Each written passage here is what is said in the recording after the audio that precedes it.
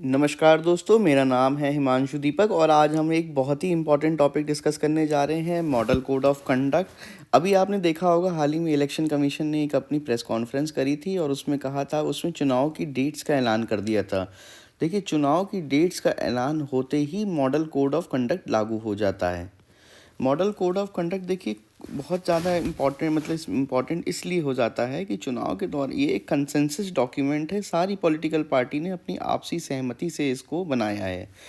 Constitution का article 324 election commission को power देता है of superintendence, direction and control of elections to the parliament, state legislature, the office of the president of India and the office of vice president of India.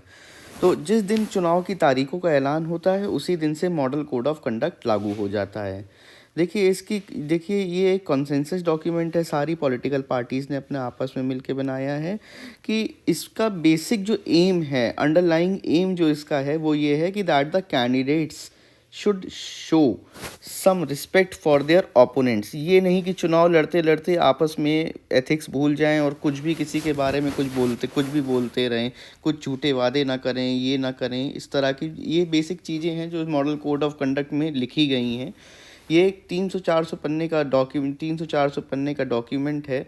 But इसके साथ दिक्कत ये है कि it does not specify any type of punishment that may arise from the violation of its provision. There is no classification of violation based on severity of the act. As soon as the code kicks in, the party in power, whether in the center or in state, should ensure that it does not use its official position for campaigning. Hence, no policy, कोई भी उस समय देखिए जब आदर्श आचार संहिता लागू हो जाती है तो कोई भी पॉलिटिकल पार्टी, जैसे मान लीजिए इस समय उत्तर प्रदेश में भाजपा है, तो अब वो लोग कोई भी नई स्कीम नहीं लॉन्च कर पाएंगे। सड़कों से आप देख रहे होंगे, अगर आप न्यूज़ फॉलो करते हैं तो अब होर्डिंग्स हटाई जा रही हैं सारी, क्योंकि ये सब आदर्श आचार संहिता के विरुद्ध है। It should also ensure that कि public places such as मैदान्स for holding election meeting and facilities like other use helipads are provided to the opposition parties in the same terms and condition। Advertisement जो होगा वो public से करके उसमें नहीं होगा। मतलब पॉलिटिकल पार्टीज जो भी हैं, चाहे आम आदमी पार्टी हो गई दिल्ली में जिसकी इस समय पावर है, अब कोई भी नया एडवर्टीजमेंट नहीं ला सकती है जब तक आचार संहिता लागू रहती है। अच्छा, ये सबसे एक चीज़ ये देखिए कि कब से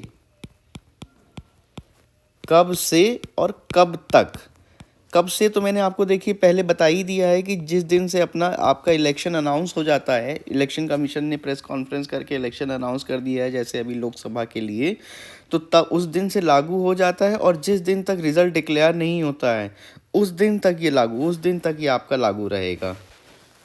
इसके साथ सबसे बड़ी दिक्कत ये है कि इसके पास स्पेसिफिक नॉर्म्स नहीं है। It's a tiger without a teeth.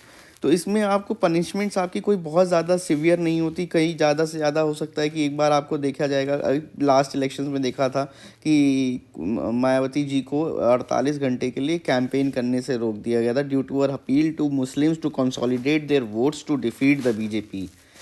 और इसी तरह से इसका अच्छा एक चीज़ और होती है कि इस दौरान अगर कोई भी पटिशन होती है, कुछ भी होता है, अगर आपके मतलब कोई भी चुनाव से संबंधित अगर आपको कोई भी दिक्कत है, तो सबसे बड़ी इसमें एक प्रॉब्लम ये होती है कि इलेक्शन के दौरान आप उस चीज़ को नहीं उठा सकते हैं। अगर आपको उस इलेक्शन संबंधित कोई भी दिक्कत है तो आपको आर्टिकल 329 पावर देता है कॉन्स्टिट्यूशन का एक इलेक्शन पिटीशन दाखिल करने का, जिसके बेसिस पे आपकी सुनवाई होगी। अगर इलेक्शन कमीशन में मतलब कोई भी इलेक्शन के दौरान आपकी सीट में, आपकी लोकसभा सीट पे या किसी और भी सीट पे अगर आपको लगता है कि कोई भी गड़बड़ हुई है तो इलेक्शन पिटीशन आप एक डाल सकते हैं, रिस्पेक्टिव हाई कोर्ट्स में डाल सकते हैं। और जो इसका रिव्यू प्रोसेस होता है वो हाई कोर्ट में ही किया जाता है। तो फिलहाल मॉडल कोड ऑफ कंडक्ट में ये देखने वाली चीज़ ये है कि एक तो ये लीगली इन्फोर्सिएबल नहीं है, पॉलिटिकल पार्टीज़ इसका वायलेशन आम तौर से आप देखेंगे इलेक्शन के दौरान। अब तो इलेक्शन शुरू हो गया है तो उसका होता है, और इलेक्शन कमीशन के पास पावर नहीं है बहुत ज़्यादा इसको इन्फोर्स करने के लिए, इन्फोर्सिबल नहीं है। बस ये एक तरह का कंसेंसस डॉक्यूमेंट है जो आपस में सारी पॉलिटिकल पार्टीज़ ने मिल के बनाया है कि हम लोग ये करेंगे, ये नहीं करेंगे। बट फिर भी इसका कई बार आप देखेंगे कि उल्लंघन हो जाता है। इस वीडियो के लिए इतना ही, थैंक यू। और अगले वीडियो में आगे आप लोग को हम लोग और मिलते जाएंगे और इसमें ऐड करते जाएंगे, कुछ नई नई चीज़ें अगर आती जाएंगी तो वो आपको इसमें ऐड करते जाएंगे। Thank you.